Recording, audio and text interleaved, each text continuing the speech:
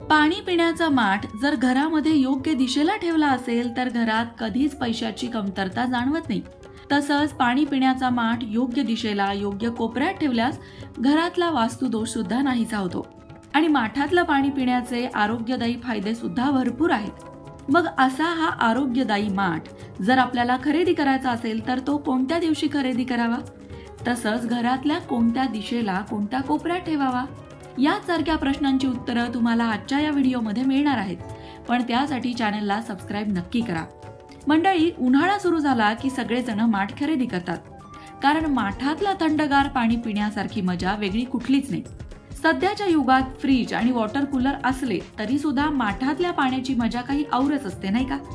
बऱ्याच लोकांना प्रश्न पडतो की माठ खरेदी करण्याचा शुभ मुहूर्त, शुभ दिवस कोणता आहे?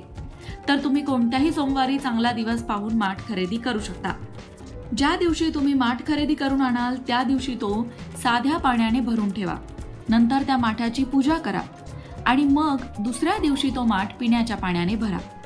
हा पाणी भरलेला माठ योग्य दिशेला ठेवणं सुद्धा तितकंच महत्त्वाचं, कारण तरच त्याचे चांगले परिणाम आपल्याला दिसून येतात। त्याचबरोबर घरात काही दोष असतील तर ते सुद्धा निघून जातात। वास्तुशास्त्रानुसार पिण्याच्या पाण्याचा माठ हा जर तुम्ही ईशान्य किंवा उत्तर दिशेला ठेवला तर त्याचे तुम्हाला चांगले लाभ दिसून येतात। तसंच घरात सकारात्मक ऊर्जाही चांगली राहते। त्याचबरोबर घरात पैशाची कमतरता सुद्धा जाणवत नाही। हा माठ कधीच रिकामा ठेवू नका, हे सुद्धा तितकंच महत्त्वाचं। कमीत कमी अर्ध्यापेक्षा जास्त भरलेला तरी तो नेहमीच असायला हवा। बऱ्याच वेळेस असं होतं की नवीन माठ घरी घेऊन येतो आणि त्याचा उपयोग सुरू करतो, काही दिवसातच या माठाला तडा जातो आणि तेव्हा मात्र आपल्याला वाईट वाटतं, काहीतरी अघटित घडेल अशी शंका मनात येते। जर वारंवार माठाला तडे जात असतील तर घरात वास्तुदोष असण्याची शक्यता असते। तसंच बरेच लोक माठ बदलतात आणि जुना माठ फोडतात, तसं कधीही करू नये। त्याचा उपयोग तुम्ही तुमच्या बागेत किंवा कुंड्यांसाठी करू शकता। आपल्या घरातील उत्तर आणि ईशान्य दिशेला माठ ठेवायला जागा नसेल तर तुम्ही तो इतर कुठल्याही दिशेला ठेवू शकता, दक्षिण दिशा सोडून। पण ज्या ठिकाणी गॅस किंवा चूल पेटवतो, म्हणजेच जिथे ज्वाला प्रज्वलित होतात अशा ठिकाणी पाण्याने भरलेला माठ ठेवू नये। त्यामुळे घरातील लक्ष्मी बाहेर जाते अशी एक मान्यता आहे। म्हणजेच थोडक्यात काय तर आर्थिक नुकसान होण्याची शक्यता असते। दक्षिण दिशेला माठ कधीही ठेवू नका, कारण दक्षिण दिशा नकारात्मक दिशा आहे, ती यमाची दिशा आहे। त्यामुळे या दिशेला माठ ठेवल्यास पाण्यात सुद्धा नकारात्मकता येऊ शकते आणि असं पाणी पिल्याने आपल्या घरामध्ये सतत वादविवाद होण्याची शक्यता असते। जर ईशान्य किंवा उत्तर दिशेला जागा नसेल तर तुम्ही पूर्व किंवा पश्चिम दिशेला माठ ठेवू शकता। पूर्वी घरोघरी 12 माही माठातलं पाणी पिण्याची सवय होती। कालांतराने फ्रीज आला, लोक बाटलीतून पाणी पिऊ लागले। अलीकडच्या काळात वॉटर प्युरिफायर आले, लोक आता थेट त्याच्या नळाचंच पाणी पिऊ लागले। परंतु आजही खरी तहान भागते ती माठातल्या पाण्यानेच।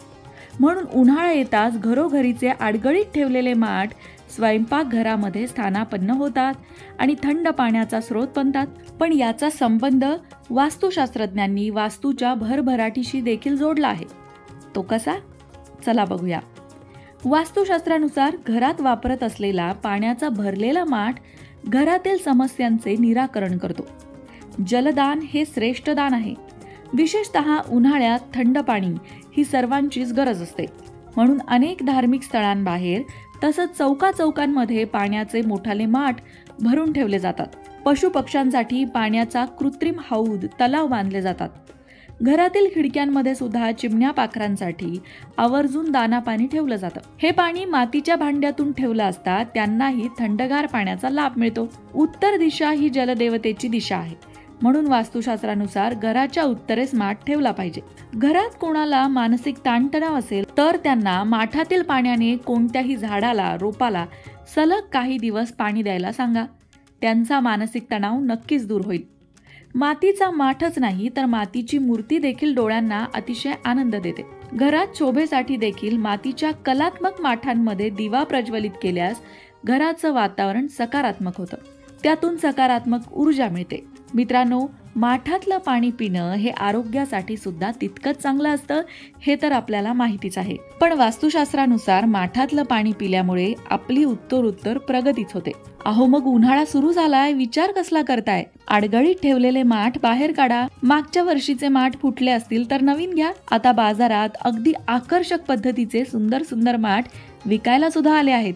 अगदी लहान मुलांना आकर्षित करतील अशा कार्टूनच्या आकाराचे माठ सुद्धा बाजारात विकायला आले आहेत. मग पटकन माठाची खरेदी करा आणि तो माठ स्वच्छ करा आणि शुद्ध पाण्याने भरा. मग त्याचा एक एक घोट तुम्हाला कशी मनःशांती देतो ते बघा. तुमच्याकडे माठ आहे का? तुम्ही माठातलं पाणी पिता का? माठातलं पाणी प्यायला तुम्हाला आवडतं का? कमेंट करून आम्हाला नक्की सांगा. अशाच प्रकारच्या माहितीपूर्ण व्हिडिओंसाठी लोकमत भक्ती चॅनलला सबस्क्राईब करा आणि बेल आयकॉनवर सुद्धा क्लिक करा, म्हणजे आमच्या नवनवीन व्हिडिओचं नोटिफिकेशन तुम्हाला मिळत राहील. तसंच योग्य आध्यात्मिक मार्गदर्शनासाठी लोकमत भक्तीच्या फेसबुक पेजला फॉलो करायला विसरू नका.